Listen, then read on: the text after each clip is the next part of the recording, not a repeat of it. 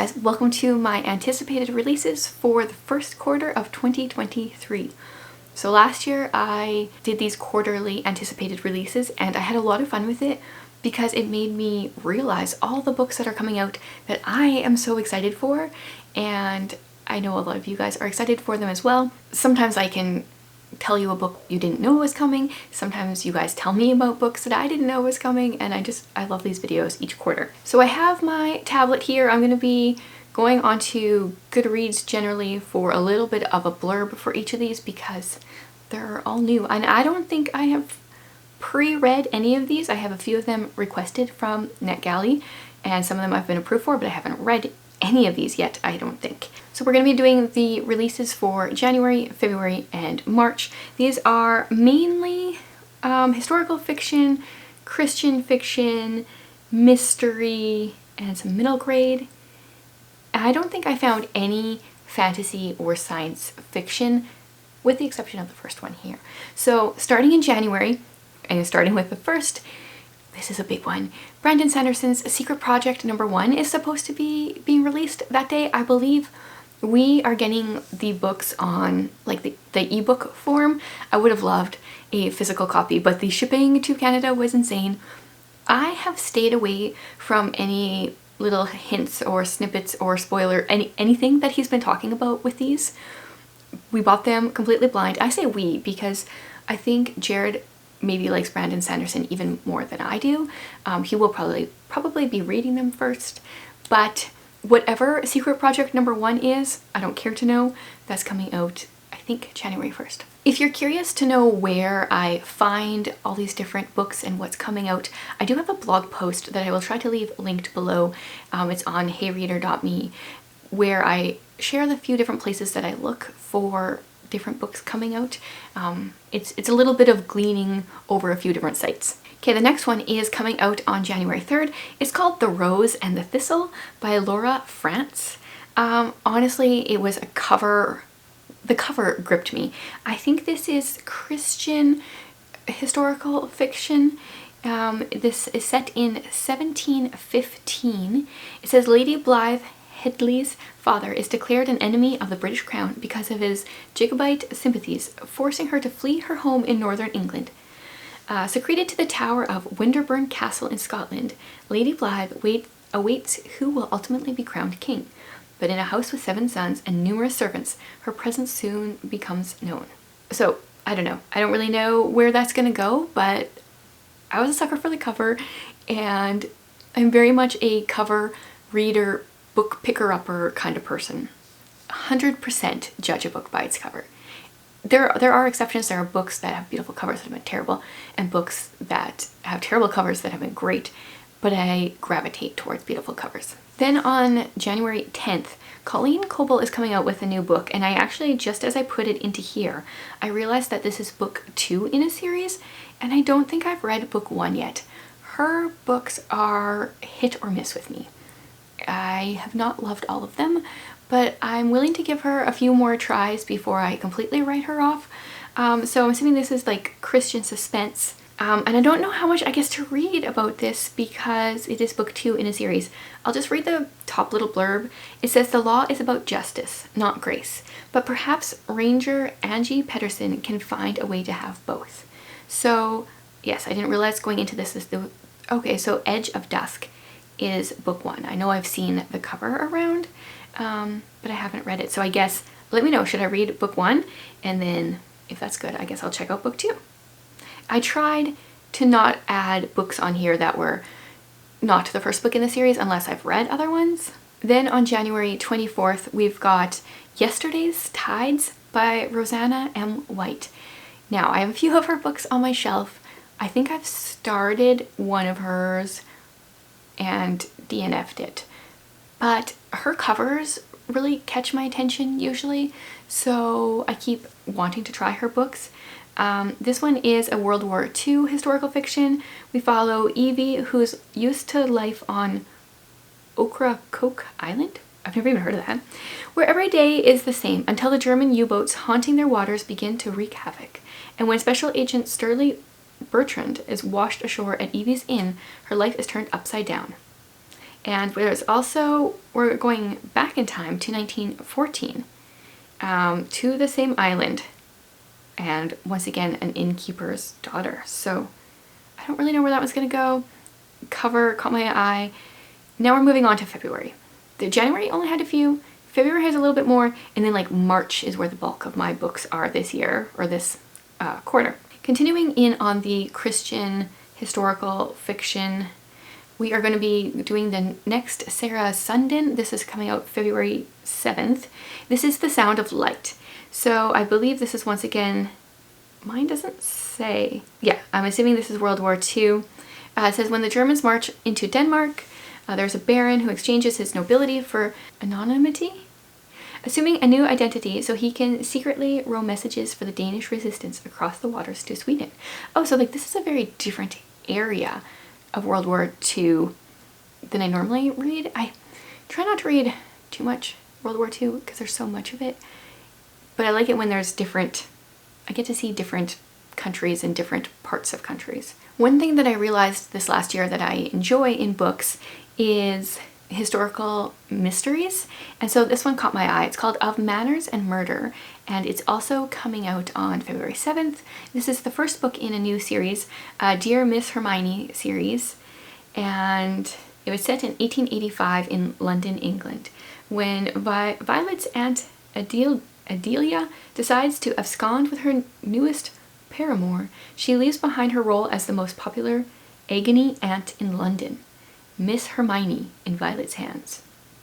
Okay, I have no idea. This is by Anastasia Hastings. I don't think I've ever read anything by her, but the cover caught my eye as a historical mystery, so I was curious. Then I think this one is on the 21st. Yes, on the 21st, there is The Woman with the Cure by Lynn Cullen, and this is a historical fiction with a very different twist, or a different time period and subject than I've read before. So this is a riveting novel based on the true story of the woman who stopped a pandemic. So in 1940s and 50s America, polio is as dreaded as the atomic bomb. No one's life is untouched by this disease, and so let's just skim over. But Dorothy Hortsman is not focused on beating her colleagues to the vaccine. She wants to give the world a cure. And so that sounded interesting to me. It's very unique. I've never read anything about polio, so I'm curious about that one. Plus the cover is very different for historical fiction, which catches my eye. Then also on February 21st is The Little Wartime Library. If you're gonna have the word library, bookstore, bookshop, anything like that in the title, it's gonna catch my attention. So this is World War II. We're in London in 1944, and I believe this is based off of a true story, or has a true character.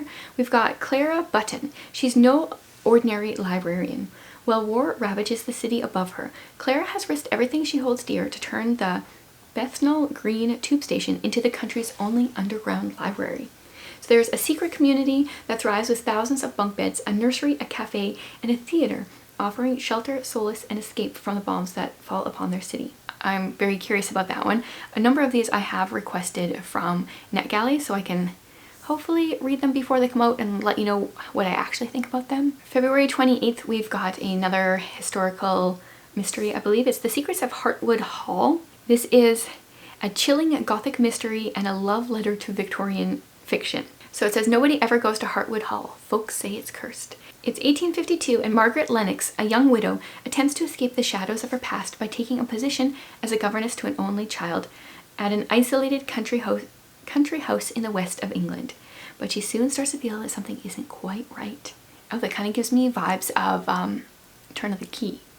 Turn of the Screw is the original. That's the one I'm thinking of. And then Turn of the Key played off of that. But has those vibes. Okay, now we're into March. The first one is Iceberg by Jennifer A. Nielsen. This is a middle grade historical fiction, and I have really enjoyed her historical fiction books. I've enjoyed all of her books, honestly. So this one has to do with the Titanic. When I first saw this on Instagram that this was coming out, I got really excited because my daughter's kind of obsessed with the Titanic, so I know she's going to, well, is she going to love it? Probably because it's Jennifer A. Nielsen, but she's going to want to read it so much. And this one we follow a girl who she stows aboard the Titanic. And I mean, I don't really even care about the storyline. I just like seeing how authors use the Titanic as a setting for their stories. I recently bought a historical fiction that does that, and I haven't read it yet, but I'm very curious. Then also on March 7th, we've got Catch Me If I Fall. This is a middle grade book about twin sisters. Something happens and one of them is very concerned about the other one, and I don't know, like there's some kind of mystery element going on with it. I'm not sure what it is, but I'm very curious. This one has me wanting to read it to figure out what's going on. Also coming out March 7th is a historical fiction by Stephanie Lamsden, codename Edeloise. Okay, Edeloise. Whatever, it's that. So World War, oh wait, this is the summer of 1933, so just before. Really, honestly, anytime there's like any kind of spy book, I'm here for that. So this is maybe just before World War II. It's based on a true story, unknown until recent years. How a lone Jewish lawyer and a handful of amateur spies discovered and foiled Adolf Hitler's plan to take over Hollywood. What? Okay, well, I haven't heard of the true story portion of this, but now I'm going to read this book and then I'm going to look up the story. Coming out on March 14th is the book with the most interesting title, I think, on this list. It is, oh, I just refreshed it. Vera Wong's Unsolicited Advice for Murderers. And we've got an elderly main character, which gives me Ms. Marple vibes. It says, a lone shopkeeper takes it upon herself to solve a murder in the most peculiar way. So it's Vera Wong is a lonely little old lady, a lady of a certain age, who lives above her forgotten tea shop in the middle of San Francisco's Chinatown. Despite living alone, Vera is not needy, oh no. She likes nothing more than sipping on a good cup of oolong and doing some healthy detective work on the internet about what her Gen Z son is up to. I need to read this book. It sounds hilarious.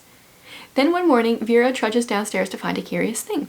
A dead man in the middle of her tea shop. Yeah, I don't want to read any more of that because I'm hooked. Hopefully that's a good one, because every time there's like a new series starting, I want it to be good and want to follow it from the beginning because that's a lot of fun. Speaking of new detective series, this is one I'm really excited about. This is coming out on March 21st. This is by Jacqueline Winspear, the author of the Maisie Dobbs series. This is The White Lady. So we're introducing another extraordinary heroine slash sleuth from Jacqueline Winspear. So this is a reluctant ex-spy with demons of her own. Eleanor finds herself facing down one of the most dangerous organized crime gangs in London and exposing corruption from Scotland Yard to the highest levels of the government. So we're in post-World War II Britain for 1947. 41-year-old Miss White, as Eleanor is known, lives in a village in Kent, England. So quiet and private as to seem an enigma to her fellow villagers. Yeah, I don't want to read any more again because I'm so down for like this historical mystery genre.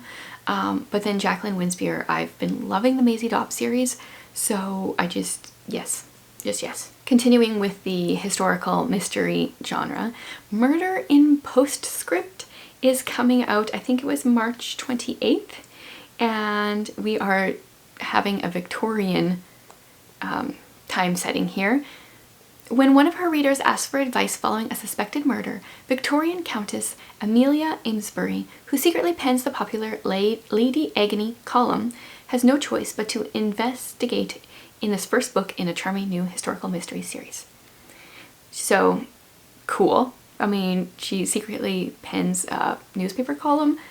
Yes, I'm down for that. So this next one is a historical mystery. It's called Never Sleep by Fred Van Lente? Not sure. And we are with Abraham Lincoln as he becomes president-elect of the United States. And we've got the Pinkerton Detective Agency, and Hattie McLaughlin becomes the second female detective, Kate's reluctant protege, and immediately finds herself thrust into the deep end of the spy game pool. It's an interesting time period. I've watched shows that have to do with like the Pinkertons, but I don't think I've ever read a book. So I'm very intrigued. And then this last one is actually a nonfiction. It is Safe All Along, Finding Peace and Security in an Uncertain World by Katie Davis Majors. So years ago, I really enjoyed her book, Kisses from Katie, and I haven't been following her online at all, but I saw that she had another book coming out, so I'm curious to try it. I don't really know much about it, don't know much about her life, but when she was like 20-ish, she adopted like 13 plus African kids while she was working out there, so that's pretty cool. Yeah, so I think those are all the books that I'm aware of that are coming out in the first 3 months of the year. I know quite a few coming out in like that next quarter that are really exciting that I'm looking forward to. So I'm looking forward to filming this again in a few months. Let me know if there's some books that I mentioned that you're excited about, or some books that I didn't mention that you are excited about, so that I can look at them and get excited as well. Thanks for being here, guys, and I will see you again tomorrow.